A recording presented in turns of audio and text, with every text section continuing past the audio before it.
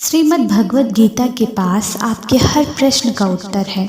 चाहे आपकी कोई भी परेशानी हो, कोई भी इच्छा हो, तो श्रीमद् भगवत गीता आपके हर प्रश्न का उत्तर देती है, आपकी हर समस्या का हल देती है। चाहे वो परेशानी आपके मन की हो या धन की हो, आपके शरीर की हो या आपके रिश्तों की हो, आपको अपनी हर समस्या का उत्तर श्रीमद् भगवत गीता में ज़रूर मिलेगा। आज हम उसी श्रीमद् भगवत गीता के 11 अनमोल उद्देश्य आपको बताएंगे, जो आपकी पूरी ज़िंदगी बदल देंगे। बस आप इन बातों को वीडियो के अंत तक ध्यान से सुनिए। जो भी व्यक्ति इस वीडियो को अंत तक सुनेगा, उसे अपनी ज़िंदगी में हर परेशानी का हल अवश्य मिलेगा। उसे अपनी ज़िंदगी में जो कुछ भी चाहिए ज़रूर मिलेगा। श्रीमद् भगवत गीता का सबसे पहला उपदेश है कि कोई अगर आपका अपना है, कोई आपसे बड़ा है, उसका अपने प्रति गलत व्यवहार कभी भी सहन करना नहीं चाहिए। ये गीता का उपदेश हमारी ज़िंदगी से भी जुड़ा हुआ है। हम भी अपने मन की तकलीफ़ों को ये सोचकर ज़िंदगी भर सहते रहते हैं कि ये तो मेरा अपना है, ये तो मेरा बड़ा है, इसको हम कैसे कुछ कह सकते हैं। हम अगर नहीं सहेंगे, कुछ कह देंगे तो हमारे रिश्ते ही खराब हो जाएंगे, हमारे रिश्ते ही समाप्त हो जाएंगे। पर सोचने की बात यह है कि उस व्यक्ति को आप अपना कैसे मान सकते हैं, जो आपकी तकलीफ़ों की वजह हो। अपना तो वो होता है ना, जो हमारी तकलीफ़ों को दूर करता है। तो गीता का ये उपदेश है कि किसी को भी अपना फ़ायदा मत उठाने दो, किसी को भी खुद पर जुल्म ना करने दो, क्योंकि आप जितना सहने लगेंगे और आप जितना सहने के लिए आगे हमेशा तत्पर रहेंगे, वैसे वैसे लोग आपको और मजबूर करते जाएंगे। गीता का पहला अध्याय है जिसका नाम है अर्जुन सार योग, और दूसरा अध्याय है सांख्य योग, जिसके आरंभ में अर्जुन ने श्री कृष्ण के आगे अपना दुख प्रकट किया है। हे केशव, मैं कौरवों से कैसे युद्ध कर सकता हूँ? ये सब तो मेरे अपने ही हैं। मैं कैसे भीष्म पितामह और द्रोणाचार्य से युद्ध करूँगा, क्योंकि वो दोनों मेरे पूजनीय हैं। इसलिए इन गुरुजनों को मारने से तो अच्छा है मैं भिक्षा का अन्न खाकर अपने जीवन का गुजारा करूँ। जिन कौरवों से मैं युद्ध करने जा रहा हूँ, वो सब धृतराष्ट्र के पुत्र मेरे भाई ही हैं, मेरे अपने ही हैं। इन सबको मारने से अच्छा है कि मैं सन्यासी बन जाऊं। तो श्री कृष्ण ने अर्जुन से यही कहा कि यहाँ कौन है अपना और कौन है पराया, ये नहीं पता। ये आपको आने वाले समय में पता चल रहा है और चलेगा। जो अधर्म करता है उसके साथ युद्ध करना तुम्हें मोक्ष और मुक्ति देगा। तुम अपने इस मन के मोह को त्याग दो, नहीं तो सारा जग तेरी निंदा करेगा, तुझे डरपोक कहेगा। बात अपने पराये की नहीं है, बात धर्म और अधर्म की है, बात सही और गलत की है।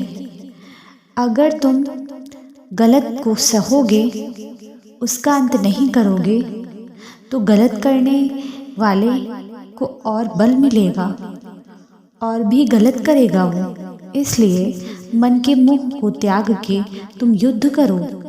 महाभारत की एक और कहानी भी है, जब अर्जुन के पुत्र अभिमन्यु की युद्ध में मृत्यु हो जाती है, तब अर्जुन बहुत दुखी हो जाता है और रोने लगता है। श्री कृष्ण जी से कहने लगे कि मेरा पुत्र अभिमन्यु मर गया है, यह दुख बिल्कुल मैं सहन नहीं कर सकता, मैं भी अपने आप को समाप्त कर लूँगा। मेरे भगवान श्री कृष्ण अर्जुन को आत्माओं के लोक में लेके गए, जहाँ अभिमन्यु आनंद से बैठा हुआ था, क्योंकि उसने सदा उचित व्यवहार किया था, इसलिए उसे आत्मपद की प्राप्ति हुई थी। जब अर्जुन अभिमन्यु के पास रोते रोते पहुँचते हैं, तब अपने पुत्र को देखकर अर्जुन बहुत प्रसन्न होते हैं, उसे गले से लगाते हैं और कहने लगते हैं कि हे पुत्र, तेरे बिना तो मैं जी नहीं सकता, मैंने तो अपने जीवन की आशा का ही त्याग कर दिया है। तो अभिमन्यु कहने लगे कि आप कौन हैं? अर्जुन बोले, मैं तेरा पिता हूँ, तू मेरा पुत्र है। अभिमन्यु कहने लगे कि कौन पिता कौन पुत्र, मेरे तो हजारों जन्म हुए हैं। किसी जन्म में आप मेरे पिता बनते हैं और किसी जन्म में मैं आपका पिता बनता हूँ। आत्मा का ना कोई माता होता है और ना ही कोई पिता होता है। जब अर्जुन ने देखा मेरा पुत्र मुझे पहचान ही नहीं रहा तो उसका सारा मोह खत्म हो गया।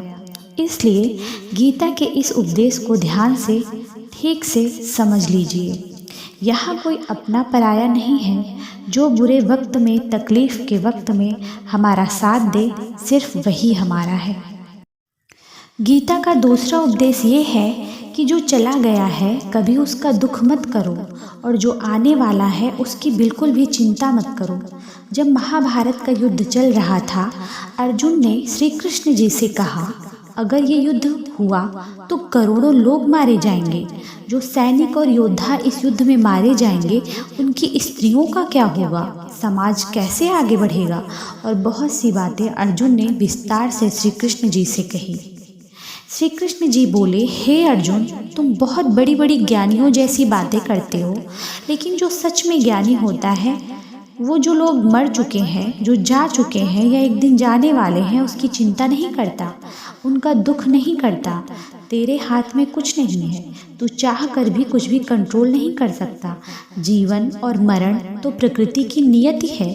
इसलिए जो ज्ञानी होता है वो किसी के मरने पर भी रोता नहीं है। ज्ञानी जन ना ही बीते हुए कल का शोक करते हैं और ना ही आने वाले कल की चिंता करते हैं। इसलिए जो होने वाला है वो होकर ही रहेगा और जो नहीं होने वाला है वो कभी नहीं होगा। ऐसा निश्चय जिसको समझ में आ जाता है, जिसकी बुद्धि में आ जाता है, उसे कोई चिंता नहीं सताती, कोई दुख नहीं सताता। हमारे सारे दुखों का कारण ही यही है।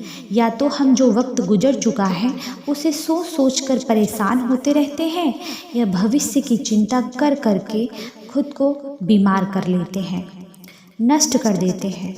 गीता का ज्ञान हमें यही सिखाता है कि ना तो हम बीता हुआ कल बदल सकते हैं और ना ही आने वाला कल को कंट्रोल कर सकते हैं। हमारे हाथ में सिर्फ वर्तमान है, सिर्फ आज है, आज का ही पल है। हमारा 98% चिंताएं भूतकाल और भविष्य काल के बारे में सोचते रहने से हमेशा उसी में हम लोग ग्रस्त रहते हैं। हम हमेशा उसी में ही जीते रहते हैं, मगर वर्तमान में कभी नहीं जीते। इस पल को, जो ये पल चल रहा है, उसमें हम लोग कभी नहीं जीते। जब आप वर्तमान को पूरा आनंद लेते हैं, वर्तमान की पूरी जिंदगी का आनंद लेना शुरू कर देते हैं, तब आपकी ज़िंदगी में तनाव कम होगा, चिंताएं खत्म होंगी। वर्तमान में जीना एक बहुत बड़ी उपलब्धि है जो हमारे आज को, जो हमारे वर्तमान को आने वाले कल के लिए तैयार करती है। और आज में जीने वाले लोग बहुत ज़्यादा अच्छा भी कर पाते हैं। ऐसे ही आगे के अध्याय जानने के लिए प्लीज़ चैनल को लाइक, शेयर, सब्सक्राइब जरूर करिए। नेक्स्ट डे आगे के जितने भी अध्याय हैं उनको मैं एक्सप्लेन करूँगी। Thank you so much.